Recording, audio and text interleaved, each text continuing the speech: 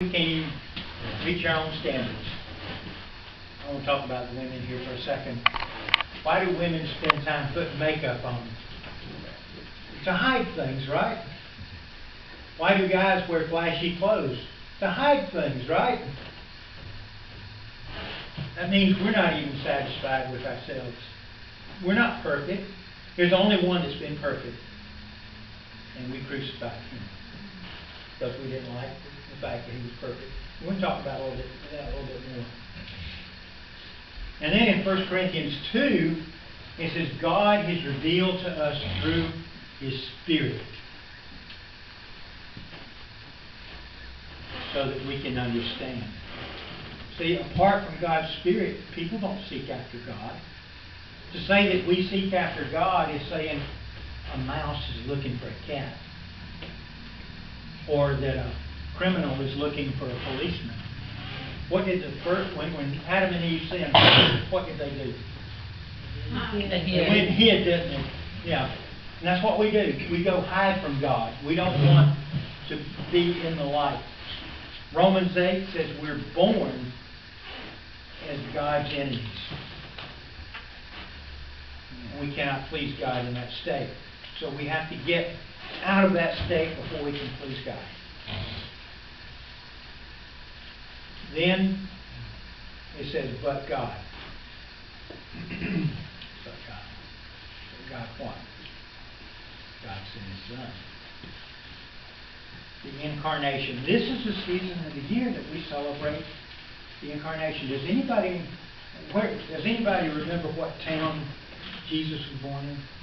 Bethlehem. Does anybody know what the word means?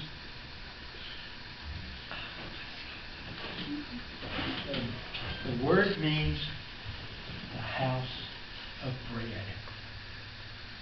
The house of bread. How appropriate that God would send His Son to the house of bread. Remember that phrase, house of bread. But when we see Jesus born, He was born. Is there a... No, there's not one. How many of you seen any manger scenes this year? Mm-hmm. Have you been up and smelled of them?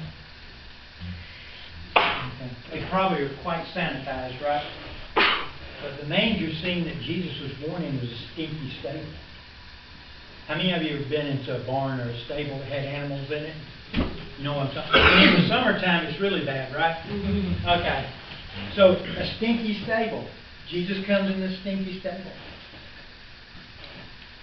After a couple of years, they moved to a town called Nazareth. Nazareth was a camp town that the Roman soldiers went to party in. So it was a stinky town. When Jesus started calling people to be His disciples, who did He call? Fishermen. Have you ever cleaned fish and smelled?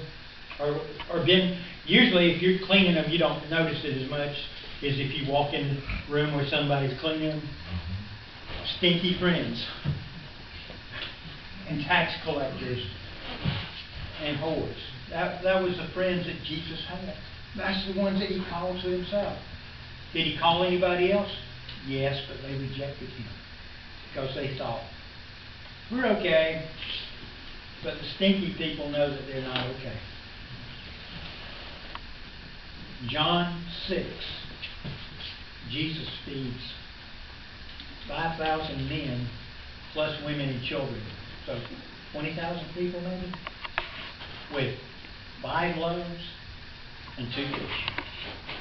And the next day they come looking for Him. And He said, you did not come looking for me because of the miracle I did. You came because your bellies were full. But He said, you need to look not for the bread that perishes, but for the bread that does not perish. And He says, okay, remember what's the name of the town He came from? And it means House of bread. House of bread. He says, you need to look to me. I am the bread of life. I came from the house of bread. I am the bread of life. I am the real bread.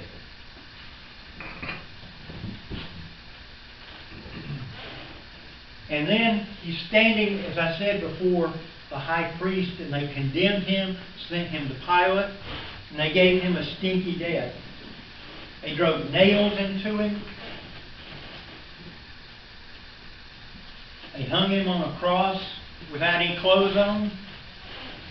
The pictures we see, he's got a loincloth on, but it'd be a nice. He didn't have anything on. He was out there bearing our shame and our sin. And as he died, the Father said two things. First thing he said to Jesus, he said, I damn you. Because on him was the sin of anyone and everyone who would believe. And God the Father separated himself from the Son.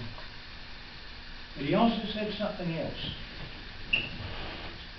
He said, if I ever loved you, my Jesus, his name. Why? Because this was the only way that he could forgive your sin and my sin. It was by placing it on a perfect substitute. In that song, in my place condemned he stood. You need to be able to say, in your place condemned he stood. He took God's wrath away and took the sin away. We call that propitiation and expiation, if you're a theology nerd. Yep. He that comes from above is above. And it took somebody coming from above, from the Father, to take our sin away. More evidence here in John 8. Jesus is talking to the Pharisees. Remember I told you that Jesus had stinky friends? Well, the Pharisees thought their righteousness was going to get them into heaven. And we see in the book of Isaiah that all our righteousness is stinky.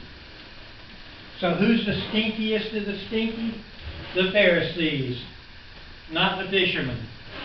To God, the Pharisee, the one that wants to present his righteousness to the Father to be saved, is the stinkiest of the stinky. But he's talking to these Pharisees in 8. And let me see, the print in this is kind of small, but he says in verse 24, therefore I say to you, talking to the Pharisees, the self-righteous ones, you will die in your sins if you do not believe that I am. If you do not believe that I have come to save you, you will die in your sins, is what he's saying. And they said, our father was Abraham. And Jesus came back to him. He said, if your father was Abraham, you would do the works of Abraham. He said, Abraham believed in me. They said, you're not even 50 years old and you're saying that you knew Abraham.